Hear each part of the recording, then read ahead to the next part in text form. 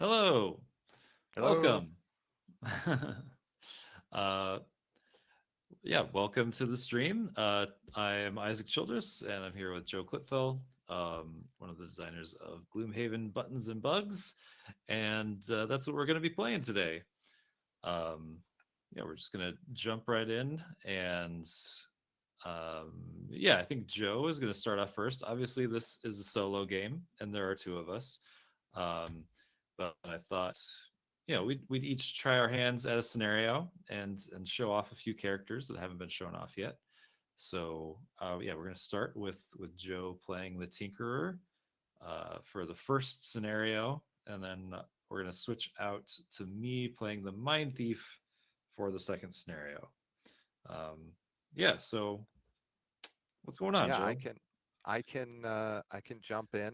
Uh, it's gonna be fun. You guys are gonna get to watch Isaac cringe as he is forced to watch me make suboptimal moves playing this first scenario. But I chose to play as the Tinkerer, and I think Nikki and I realized live on stream the other day that the Tinkerer is both of our favorite uh, characters inside the Buttons and Bugs system. So I'm having my playthrough first, so I'm being a good friend to Nikki and I'm choosing to play as the Tinkerer. Um, I don't. We're gonna try to get through two scenarios inside an hour here, so I'm not gonna read the scenario text. I don't think.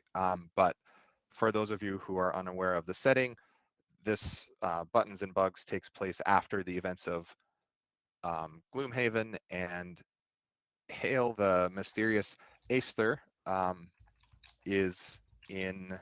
She's hanging out in the Crooked Bones. So this is a derelict tavern, and she's sort of put a curse on whoever walks in the door. She just wants her privacy, and whoever walks in the door gets shrunk down to the size of roughly a mouse or a beetle.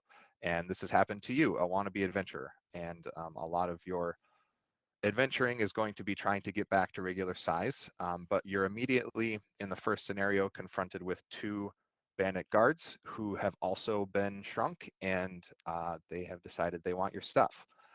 And actually, I gave Ruel. We This is not the updated art, but we have the updated art. So Ruel, if you want to throw that up real quick, that's what the this is going to be the new art for the bandit guards inside the Buttons and Bugs system. We just haven't updated that in ScreenTop yet, but you can see we've got some new art for everything. So yeah, why don't I Yeah, jump the into entire the, game is going to have all new art, which is going to be cool. Which you can see a yeah, lot of that on the backer kit page as well. yeah, thank you, Isaac. I will just jump in here and you'll get the hang of play pretty quickly here, I think. So I'm going to jump into the first round by picking my two cards. You'll notice I have just four cards here, and it will become apparent why and how we're going to use just four cards if you haven't seen the other playthroughs or seen how the game works. I'm kind of taking stock of the board state here. So I'm seeing I've got two Bandit Guard enemies out here. I'm just going to try to talk through my thought process so you guys can hear what I'm thinking here. I've got a green one down here, and then the blue one up here. The green one's going to be acting first, and the Tinkerer uh, is kind of a little better at like the crowd control or letting the enemies come to them. And I was thinking about how I want to approach this on my first turn. If I was like the bruiser, I might move down here and just try to punch this green one in the face and hope I kill it before the blue one has a chance to even come down. But I don't think I have the just brute force to do that. So I'm thinking roughly my plan is going to be to move out kind of in this open area in the middle, use these traps to my advantage, kind of let them walk into my own traps. Um, So I'm going to look at my cards here. Can they get to me? Can they get into within two hexes? Yes, this blue one could if I move up here. So what will happen? I'm thinking I want to use this to set kind of a trap here with net shooter with that bottom action. And if I do that though, I can't move. That net So then shooter I'm top is dangerous. It's a loss on the A side, so that's severely yeah, bad. inhibit your stamina. Yeah, if I would do that, I would probably want to pair that with the bottom action on Toxic Bolt here. I think Oh, that's an that's the thing that exciting makes ability this, too. Yeah. yeah, that makes the kit kind of sing. Um, so you can use those loss abilities in a less penalizing way. But um, I think I want to play this so that this guard walks into my trap, which will bypass its shield. And do I have a ranged attack? Sure, I have a range attack right here. I might do this to drop poison on it so that my future attacks are a little more potent. Okay, I think I'm going to do that. I'm going to choose this card, Net Shooter, as my leading card so that I'm kind of guaranteed to go ahead of them. So let's roll in for the bandit guards. I'm going to roll for which behavior set they're going to use. And they have a neutral, they chose neutral here, or they rolled neutral. So we're going to be using this column over here with a 50 initiative. So So with just mine, move one, which is nice. yeah, yes, that's actually perfect. That could not have worked out better. So I'm going to go first. Oh, yeah, I'm going to go first. I'm going to do this bottom action first. I don't think it matters which order. This is going to be a persistent effect. So I'm going to move this up here in my active area. And that says the next time an enemy enters a hex within range 2, it suffers 2 damage and immobilize. So I'm going to leave that up there and then carry out this top action, which is attack 2, range 3. And I'm going to do that against this green bandit. So we'll roll for my modifier here. I rolled a Nice. plus, which is fantastic. So we'll reference the row that my cube is on, and I rolled a plus, so I get to use this +1. So my plus, or my 2 attack becomes 3 attack. I am subject to the guard's 1 shield, so that's a net 2 attack. So we'll reduce him by 2. He's down to 6. Got to make sure I'm applying it to the correct one. That's the green one. And he's also going to get poison, so I'm going to drop poison on him. Or Isaac's got it Where's covered, she it looks put? like. Right there. Yeah, Poison. right on top of him. Okay, and then they get to act. First, I'm going to discard this card. So I'm going to flip it to its B side, and then it goes right back into my hand. And that can be played on a future turn. The green bandit's going to act first. So we're doing this middle behavior set. It's going to move 1, try to get towards me. It is not in range to hit me, so it doesn't get to carry out its attack, but it triggered my persistent ability up here, which is Nice. it moved into range 2, so it's going to suffer that 2 damage, which kind of bypasses that armor, so knock it down to 4. And what else does it get? It gets immobilized. That is great. Immobilize. So I will discard that card, put it back down into my hand. That went pretty much according to plan. We'll activate the blue bandit, which does the same behavior. So it's going to move 1, try to attack 2, but it's not going to get to me. And that is the end of round 1. And we have a lot of things sitting on that that green guard. That's fantastic. Okay. Uh, so going into round 2. Oh, how much? So he's got poison. I'm going to hit a little harder. He's got 4 left. I really want to finish off that green one. I'm kind of changing my plan. I'm not going to try to sort of take both of them on simultaneously. I'm going to try to take on that green one. And it's not going to move. So it wouldn't walk into any traps that I would set. I'm looking at this proximity mine here, which is similar to the other card I played. But I could leave that out for that blue one and kind of be chipping away at it for the future. But I would have no way then to attack this green one. You could push it into a trap with the repulsor gun. On the But I only bottom. have push. I only have, oh, with the bottom action, push two. Yeah. Oh, that would be cool. So I'd move two, And it would still push be two at immobilized, range so it two. wouldn't move. So you'd probably be safe.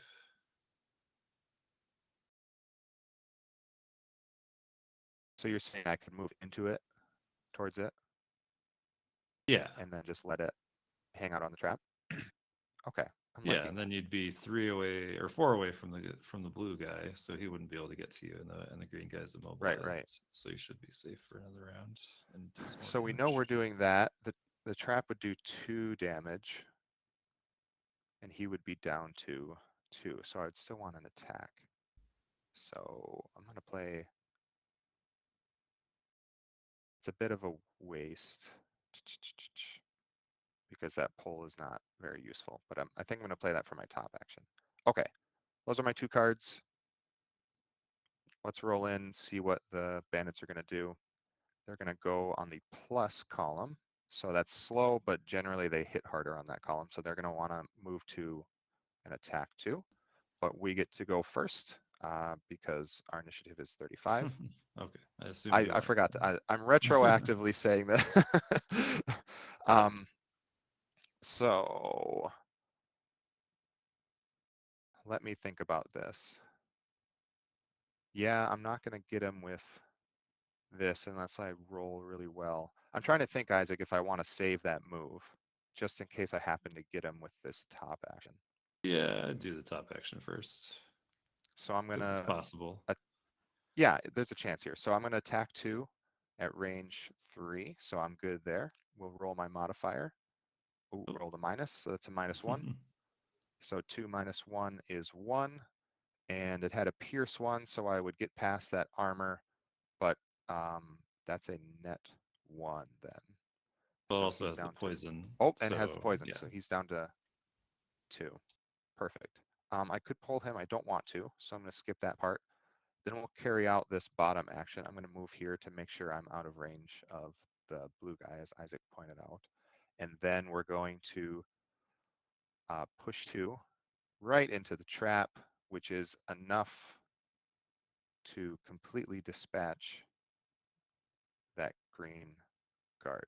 Fantastic. I'm going to put a gray cube on that trap just so I remember that it's been triggered. yeah. So this is just a normal hex now. Cool. That was fun. These are And both A-side just cards. oh Yeah, yeah, go ahead. oh yeah. Just in case people aren't aware, right? Every time you attack, right, you're rolling this die and sort of lining up the cube and the column, and then the cube moves down one. So you kind of are progressively going through a different sets of modifier cards, which I think is a really cool mechanic. Yeah, and as you upgrade, as you level up, Yeah, each it can also be character has upgraded. its own modifier card that it'll, like level 2 as the Tinkerer, I would have a special modifier card that has sometimes some cool effects on it. And I don't remember if we mentioned at the outset we swapped in the level 1 monster modifier card to play on a little bit harder difficulty, and we Yeah. put the monsters on level 2 here. So So they haven't uh, attacked yet. So right. And I'm seeing now that Isaac pointed out, I'm seeing my miss is actually in play. I got 33% odds to miss, completely whiff on my next attack. So yeah, maybe we can be trickier than that. Maybe we'll set traps and stuff. We'll see. So this guy's all the way up here. The most he's going to move is, you know what I'm going to do? I'm going to move these, get rid of these, just move that down. and move that cube up so that he's next to the Oh yeah. image. So the most that guard is going to move is 2. So the closest he's going to get to me is here, which is actually great because he only has melee attacks. Oh well, I mean, he Uh, did that last round, right? But oh, I didn't move he him, did didn't. I? Yeah, he didn't take his turn yet. Yep. So he's here. Thank you, Yeah. Isaac. Okay, that changes the math a little bit. Excuse me. Do we have a push? I see that trap there. We don't have a push. Fortunately, not. Um, I could kind of retreat, set another trap for him, which I like. That's 3 damage, like automatically. I'm liking that. Oh, how aggro do I want to play here? How fast do I want to exhaust? That's what I'm playing with. I mean, I'd almost suggest just doing like, yeah, crank bow and dangerous contraption and try and kill him. But with that miss coming up, yeah, you could potentially Yeah, potentially I could lose whiff a on. card for no damage, and that would be sad. Right, but 33% odds of missing is 66% odds of hitting. So Hey. let's see, he's at full health. Uh, Oh, plus he's got all the right, shield, so you'd have to. It might not even kill him. I know I want to set this trap. I think I have that stuck in my head because I've been having fun. So I feel like I want to set the proximity mine. I know he's going to step into it, and then the question is, what do I do with my bottom action? Maybe I do this loss effect. I'm not sure. Uh, that's silly. For 4 damage, and he'll block some of it. So I'm going to put this back and maybe just do. I think I'm just going to be ready to take a hit. Okay, we're going to go at 14 initiative. My plan is we'll lay this mine, uh, and we'll do this little range attack, but hopefully it pierces right through whatever armor it has. So, okay, my mind is made up. We'll go Cool. ahead and roll for the monster behavior. They rolled a neutral. They'll be going at initiative 50. It'll move 1 and attack 2. I get to go first. So I'm going to go ahead and lay this mine, and that'll go up in my active area. So when it moves within range 2, it's going to suffer 3 damage, which is going to be awesome. And then I'm going to do the bottom action here, which is an attack. Attack of 2, range 3. We will roll for my modifier. Don't roll a minus. Ah! Okay, so I whiffed, but oh no, yeah, there's no condition along with it. So that was a complete whiff. All my plans are ruined. Okay, we'll discard this. My mine, my proximity mine still exists. Okay, so blue guard is going to go. It's going to move 1, attack 2. We'll roll for his modifier. He Well, but also he rolled a gets minus. the trap first, right? So he'll be muddled Oh, correct, when he attacks. correct. So he suffers the 3 damage right away. He gets muddle, And that'll which we last get to until roll the end of his next turn, which next is pretty turn, not the end nice. of this turn, right?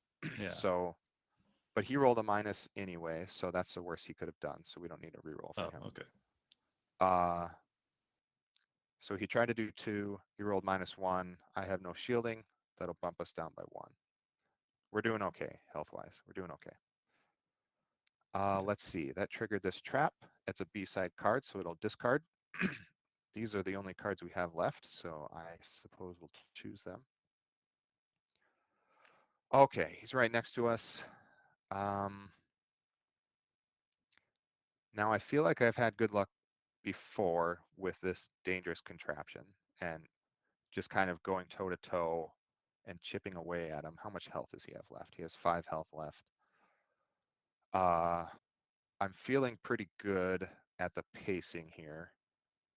We haven't used any loss effects yet, so I wouldn't actually mind leaving that out. And then we could heal, or we could bring a level 1 card back.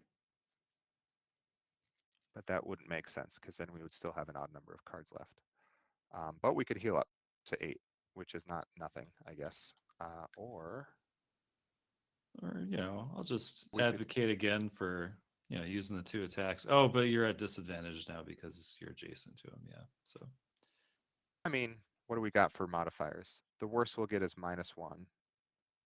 So yeah, I you're was thinking thinking loss like on attack? average, without advantage, you should be able to kill him with those 2 attacks, or without disadvantage. But because you have disadvantage, you're probably not going to kill him with those 2 attacks. Okay. All right, we'll go back to plan A. So anyway, we haven't rolled him in yet. So we've got our 2 cards chosen. See what he does. Gonna go faster, which I just retroactively I've always chosen the faster. I keep forgetting to mention it. I've chosen the faster initiative. Um,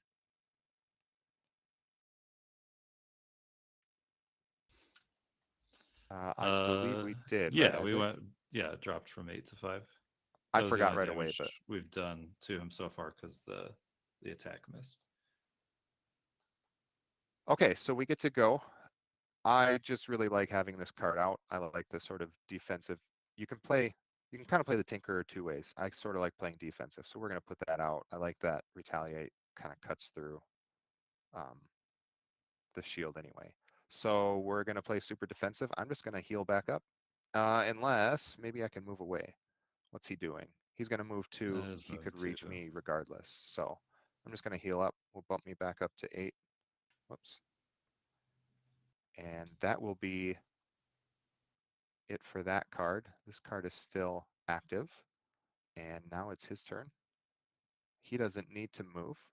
Um, he's going to... Should move this down. Oh, did I forget to move that? Yeah. He's going to try to attack for 1.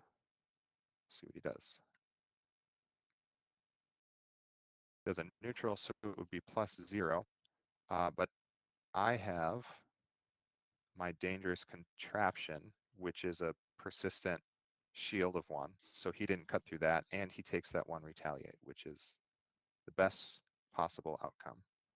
Yeah. And I suppose he still had muddle. That's the end of his Right, muddle, but I believe. it's the worst he could have done. So Okay, we'll make sure we move that down this time. And he can miss next time, which is great news. Okay, I'm going to do a short rest because I'm out of cards. I'm going to choose to keep this out, this dangerous contraption. I really like that being there. So we will shuffle up our remaining 3 cards. Here comes the shuffle, and I'll take the top card and lose it. So we've lost our hook gun. See how badly. Yeah, that's a pretty good card, but I think we'll just take it, which means we have these 2 cards left. oh, it's So the we're other going to side play. of the other side of repulsor gun is what I was thinking would be useful because you could push him into Oh, the trap. sure. But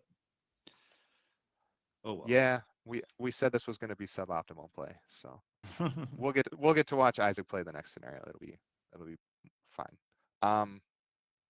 Okay, he's right up on me. He's got 4 health. Uh, Could be yeah. a So fun this is, time to use the bottom of toxic bolts and get net and then shooter use. played. But yeah. Yeah, I mean, Sorry, I might be suggesting too many things. I'll let you do no, the I like hearing your suggestions here because then, okay, you're right. Because then I could move away and he couldn't get to me, and then I could ping him and stake him into place. I like it. Okay, so I'm going to remember this time. We're going to go at 19, which kind of guarantees us to go first. So we'll see what action set the guard is going to do. It's going to go on the plus column. It's going to go slow. And we will use the bottom of Toxic Bolt. Right. To get far enough away, I suppose I need to go back around these obstacles this way. And then I get to ignore the loss icon. So that's cool. This doesn't exist then. Excuse me. And so we'll attack 3 and we'll hit with immobilize as well. So let's roll our modifier. We're attacking 3. We got a neutral result. That's +0. So they have this passive 1 shield, so that's a net 2. And they also get immobilized, which I guess is good and it's bad. You know, I wonder if I could almost leave that so they do march up to me and get hit with the Oh, yeah, with that's the. true because you still have dangerous contraption out. It's kind of a waste. Yeah, it's kind of a waste to immobilize them. I think I'm just going to leave that off, but we still did the damage, which was nice. These get flipped and brought back into our hand, and it is the guard's turn to go. It is going to move to an attack for 2, so it's going to nestle right up to us. We'll roll for its modifier and hope we roll a negative. Okay, that's a +1. Ooh, all We right. didn't have great odds there. So he hits us for 2 + 1 is 3. We have no. Minus We the have the one shield. shield. Right? Yeah. Yeah, and then we ping him back for retaliate. Sweet. This is gonna go well. Famous last words, but I think this is gonna go well. Okay, new round. We're gonna go fast. We just got to get one damage, right? So Yeah, I mean, you use potent we'll potables, you're guaranteed to kill him, right? yeah. So we'll just do that. We'll roll him in, but we win initiative regardless. He's got a minus, and we'll just do this top attack. The worst we can roll is a -1, which we did, of course. And Yeah. that too, minus the 1, is just enough to kill the blue bandit guard. Sweet. Yay. And we would have had to rest right after that, and I would have had to Yeah, discard this bring card to have what, just enough 2 more turns. cards. So Yeah. we ran a little hot, which which was fun, but I don't know if that's the optimal way to play the Tinker. It's one way to play. We would have exhausted faster than we would have lost HP wise, but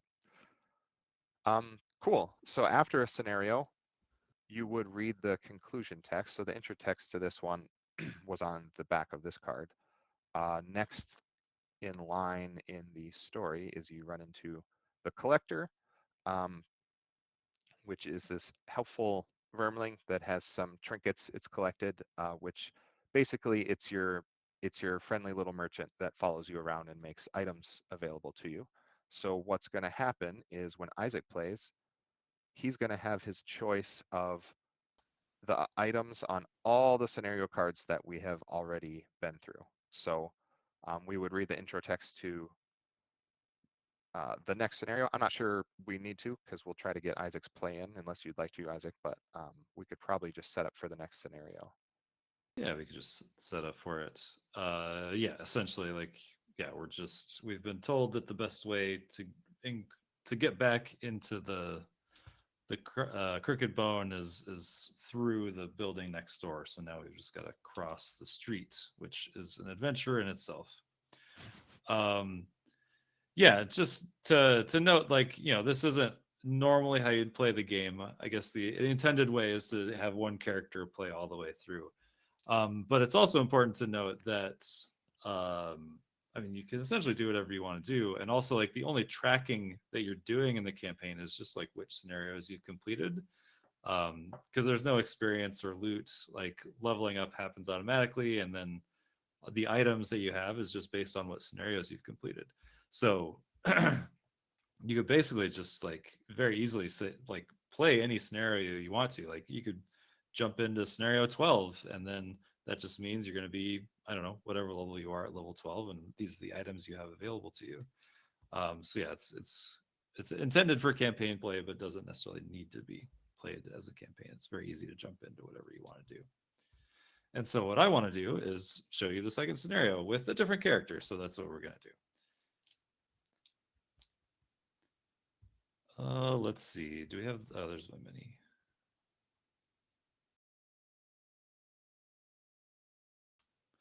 All right. So this scenario, we're facing another bandit guard and then 2 bandit archers.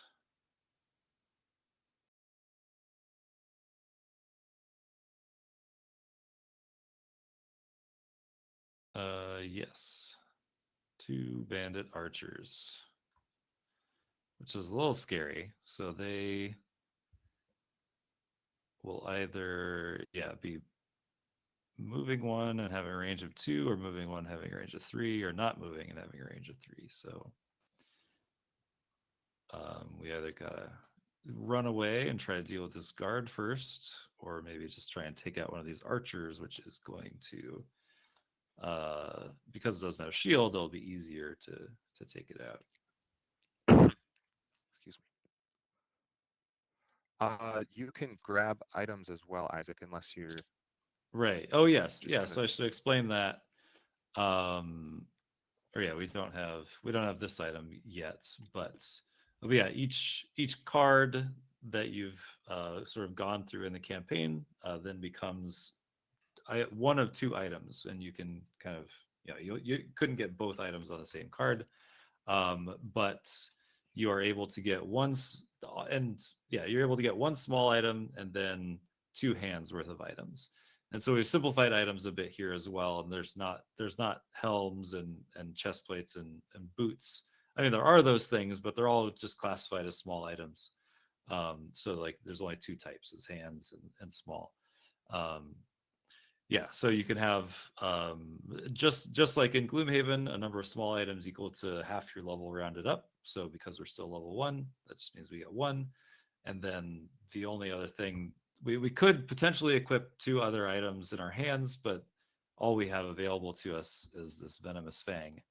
That's the only hand item to start with. So yeah, I think I'll take the Venomous Fang, and then I'm a little squishy, so I think I want to go with probably the bottle cap helm, which allows me to treat a plus as a 0, or yeah, as a neutral result when rolled. So I can save that for when it's gonna do me some good. So like the second column or the second row of the enemy's chart, like a plus to a 0 goes from +2 to 0, so that could potentially save me 2 damage, or obviously like making sure the ×2 doesn't hit me. So yeah. All right, so yeah, now I guess I should jump into it. Decide which 2 cards I want to play. And I was thinking about this earlier. What I'd really like to do is get out Gnawing Horde like as quickly as possible. That's similar to the Tinker's Dangerous Contraption, but it's actually even better. It has 2 retaliate, and anything that attacks me gets poisoned. That's still only going to be on things that are adjacent to me. So the archers are going to be moving away, and it might be less effective against them, but they do have the plus result where they don't move. So it could still be useful. So I think I want to use Scurry in my first round. And I could, let's see, if I, 1, 2, 3. So if I go to like the left side here, I could start attacking this archer, and I don't think the purple archer would be able to get to me this round at least. So I could do that, and then probably just activate the Mind's Weakness to get one of my augments out. So you're a Mind Thief, you have augments. You've got one that just adds +1 to all your attacks, and one that allows you to heal yourself on attacks, which is probably going to be useful as well. Let's see. Now the downside is that if I play these 2 cards, my initiative can only go as low as 20, and the bandit archers could go before me, which isn't the worst thing in the world. Actually, if the bandit archers go before me, the blue one wouldn't even be able to attack me, so that might even be better. Yeah, okay, we'll do that. So we'll put these up here, and then we can switch those. Yeah, okay. All right, so now we'll roll for the monsters. Is it R? Shuffle? No. What's the roll die? What roll? Hotkey? F. F. Okay. Oh, I guess we'll just go top to bottom. So we'll do the guards are going on their plus results. So moving 2, attacking 2. And then bandit archers are going on their neutral results. Moving 1 and attacking at range 3. All right. So we will do our thing. Now the interesting thing, but it is on the back of Scurry, so I can't really pair it. I was thinking like because I can move next to an archer and muddle it, that'll prevent it from actually moving away and getting hit by the retaliate. But because it's the same card as my retaliate, that's not going to be effective. Anyway, so I'm going to jump over here and muddle the blue archer. And then I will do the top of Mind's Weakness to essentially perform an attack 3. So we'll just, we'll roll this. Got a neutral result, so that archer is going to take 3 damage. And then Mind's Weakness will go into my active area, and Scurry will get flipped over to Gnawing Horde. Okay. So then the archers are going to go. So like I said, this archer is already muddled, so he's not going to move back to lose disadvantage. So we'll just roll with disadvantage for this. Oh no, wait. Yeah, the blue archer attacks first, and then the purple archer goes. Okay, so we'll do the blue archer has a minus, so there's no point in rolling again. So that's an attack 2. So -1 is going to be 1 damage to me. I don't know how to change my health value. Is it just like plus and minus? No. It's F again. You hit shift and then F to ding it down. Shift F. Okay, cool. And then F will increment it. That'll raise it back up. Yep. All right, so that was 1 damage to me. And then this muddle will go away. All right, so the purple archer is going to move over here, but not get within range to shoot me. And then the bandit guard will go. He wants to move to an attack 2. So he could move here or here. I think probably closer to the trap is probably better. Nah, farther from me. Nah, it doesn't really matter. We'll put him closer to the trap. That's true. Yeah, because I do have parasitic influence where I can control an enemy within Right. to move to. So I could actually push the guard back into that far trap, and they still wouldn't be able to get to me. But yeah, it's the next round. Is that what I should do? It sounds cool. It does sound cool. Let's see. Well, yeah, I want to get Gnawing Horde in play. So what are my other options? Just performing a Withering Claw. I think performing Withering Claw is going to be good on an archer because it muddles them again. So then again, like I could potentially hit him with my Retaliate because they wouldn't move away from me. So let's do Gnawing Horde and Parasitic Influence. So unfortunately, I'm not going very fast. But it is what it is. Okay, so rolling for the guards. Minus. Okay, I didn't want to see that, so he's going to move before I do. So that's not great. And then, right, he's also going to get to attack me before I get Gnawing Horde in place. So that was unfortunate. All right, and then for the archers is going to be a plus. So they're going to go after me, but they're not going to move, which is good for my Gnawing Horde. All right, so, and the purple archer still won't be able to get to me, which is also good. Sorry, I'm like thinking so far ahead. I basically like planned out the entire round before it actually happens. Let's see it in action now. Okay, so the guard is going to go first. He gets to move 2 and attack 1. So he'll move around this trap and then do an attack 1 on me. Oops, I forgot to move these down. So both of these should be down 1. Oh, yep. All right, so the guard will now attack for 1. Gets the neutral result, so I take 1 damage.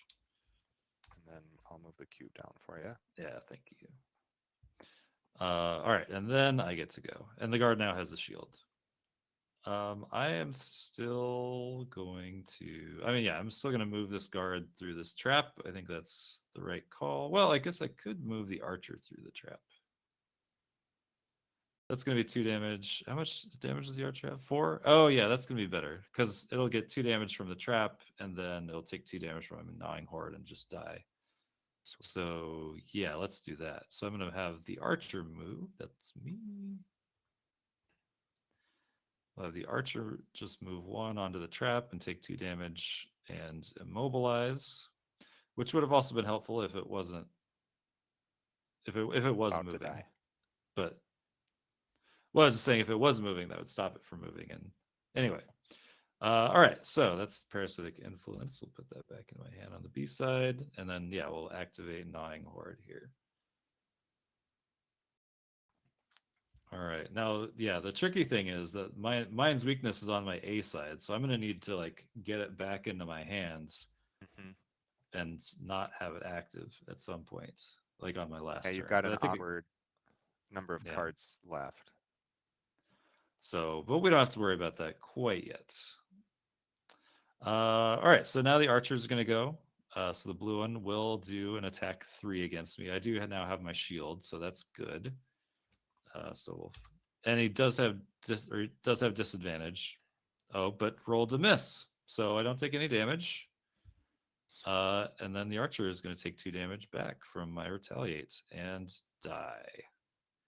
Yay. Cool. So that worked out pretty well. And then the purple archer doesn't have any movement to get within range of me. So that's going to be the end of the round. And we'll move the die down. Okay, so my options now. Now, this is a fun option. The bottom of Withering Claw, I can immobilize this guard next to me and then just run up to the archer. But then the top of Possession isn't great, but I could always just use a basic attack too.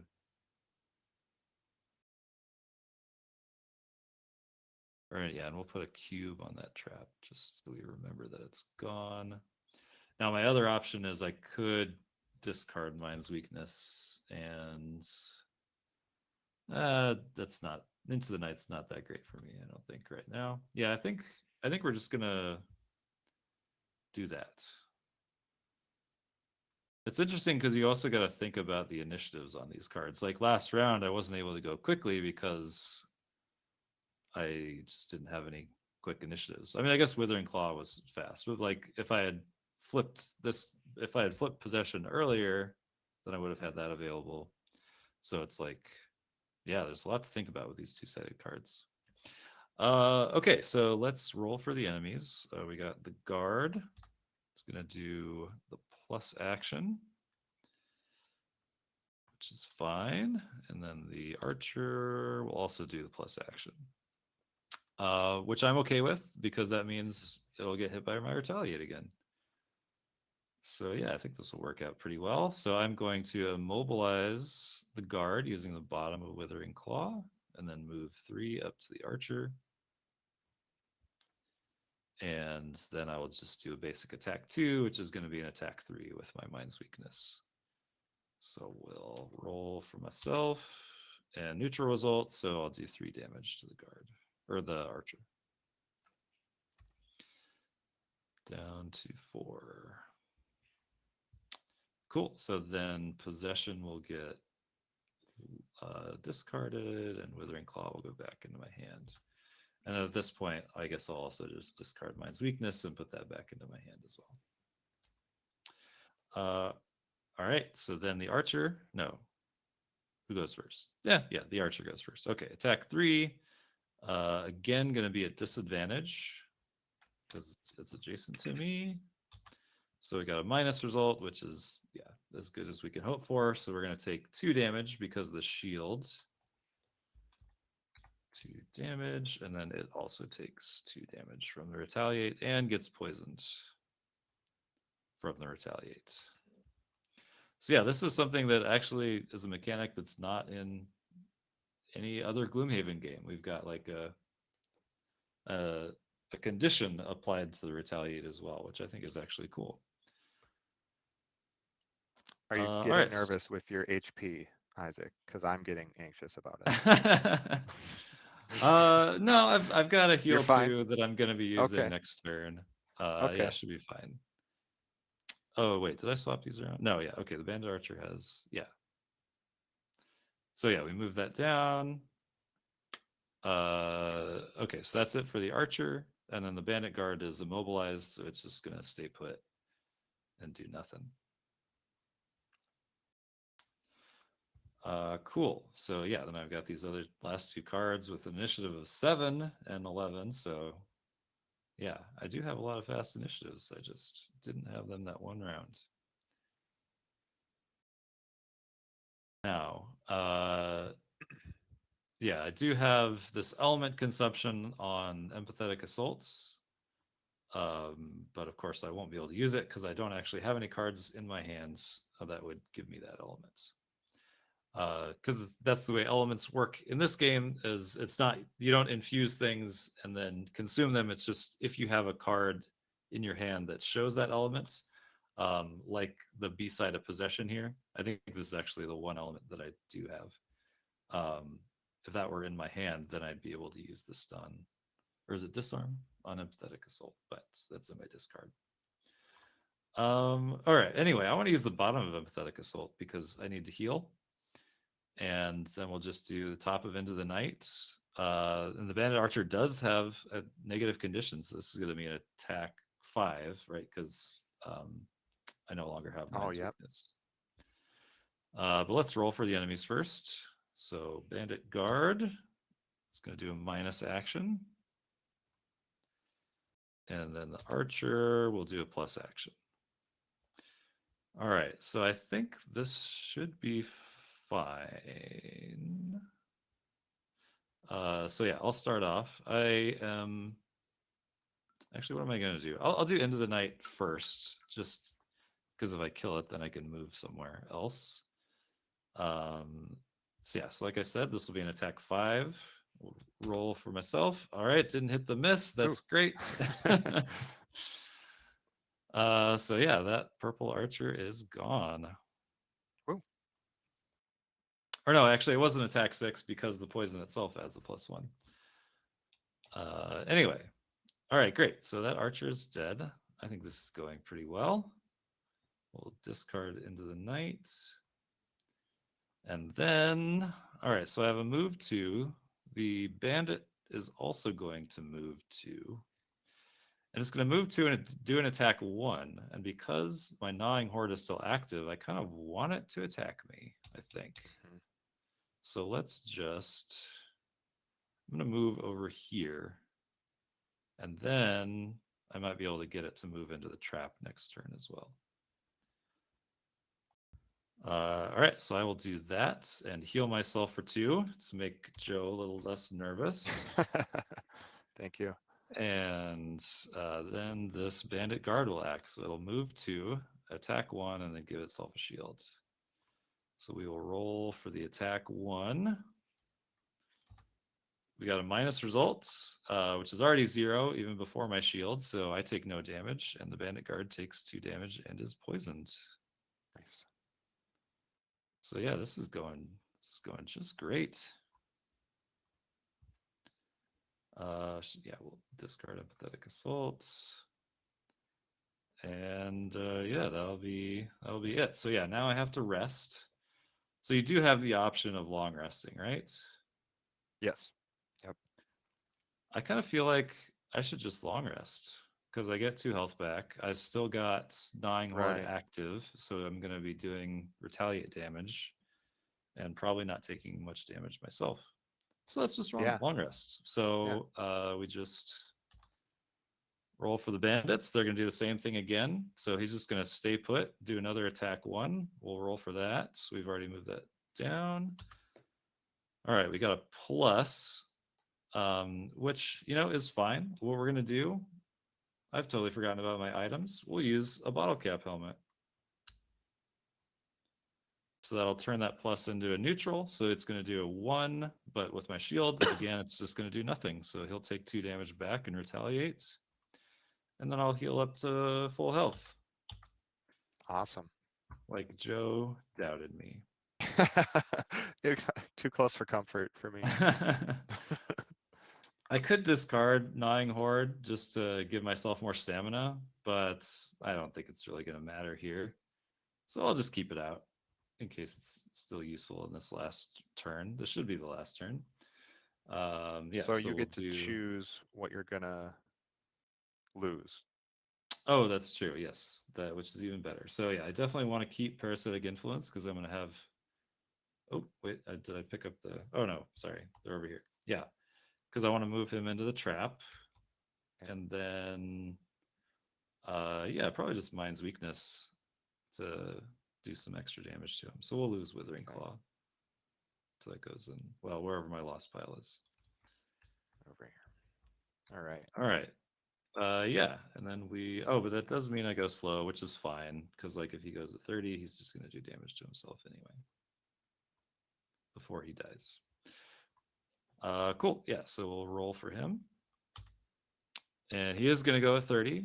So again, he will stay put and do an attack 1 against me, which has not gone well for him so far. He might do 1 damage to me now. Oh, I do get my bottle cap helmet back though, right? Because I rested. Yes. Unfortunately, the plus and the neutral result are the same. So that's not going to help me this time around. Yeah, so we got the neutral result. So that's going to be 2 minus 1 from the shields. I will take 1 damage and not get out of this in perfect condition. But he will then take 2 damage back. And then on my turn, I'm just going to push him into the trap with the bottom of Sweet. Paralytic Influence and take him out. Ooh.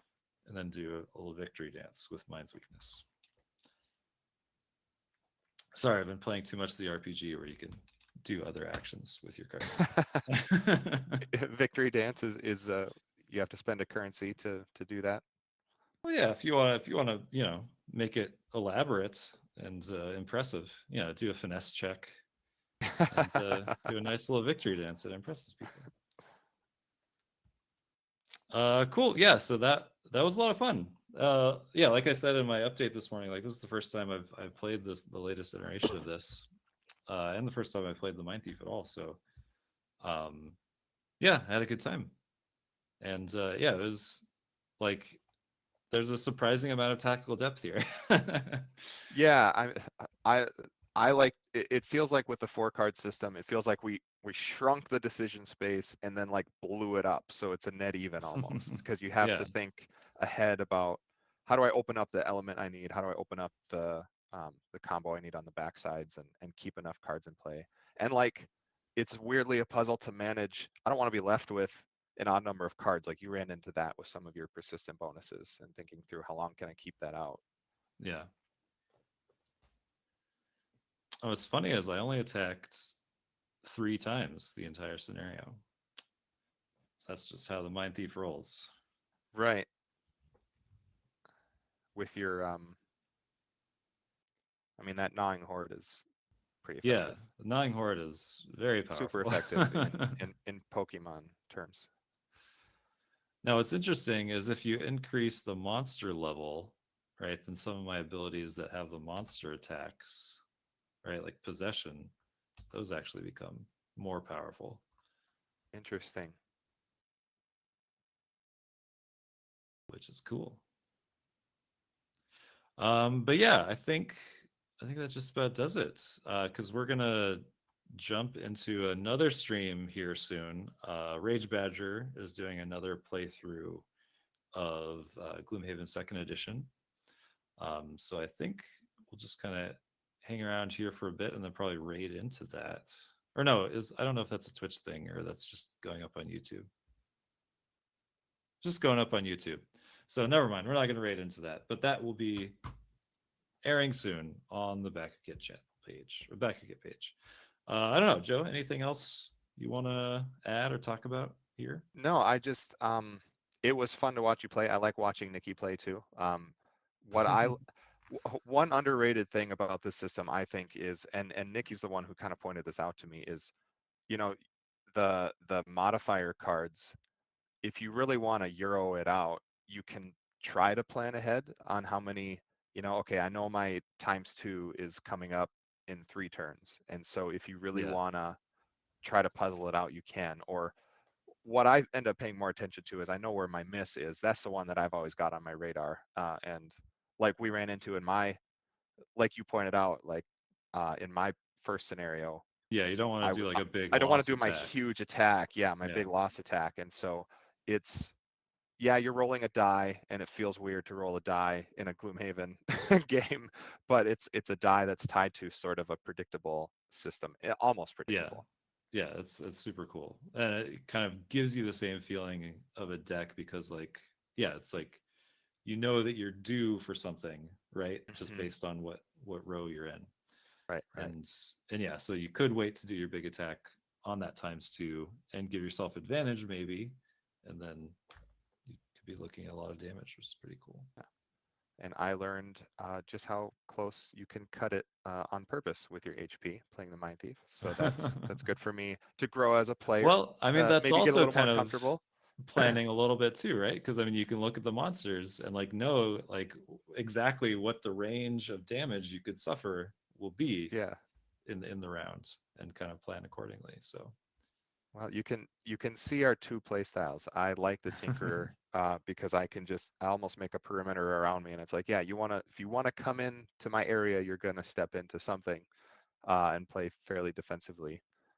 but it's fun to watch. I hope we get to see Nikki play the Spellweaver. I'm gonna put Oh that out yeah. there right now because there's so many ways you can play the Spellweaver. You can go full bore with the um, loss effects, or you can sort of hang back and really just chip away at everybody. So that would be fun to showcase.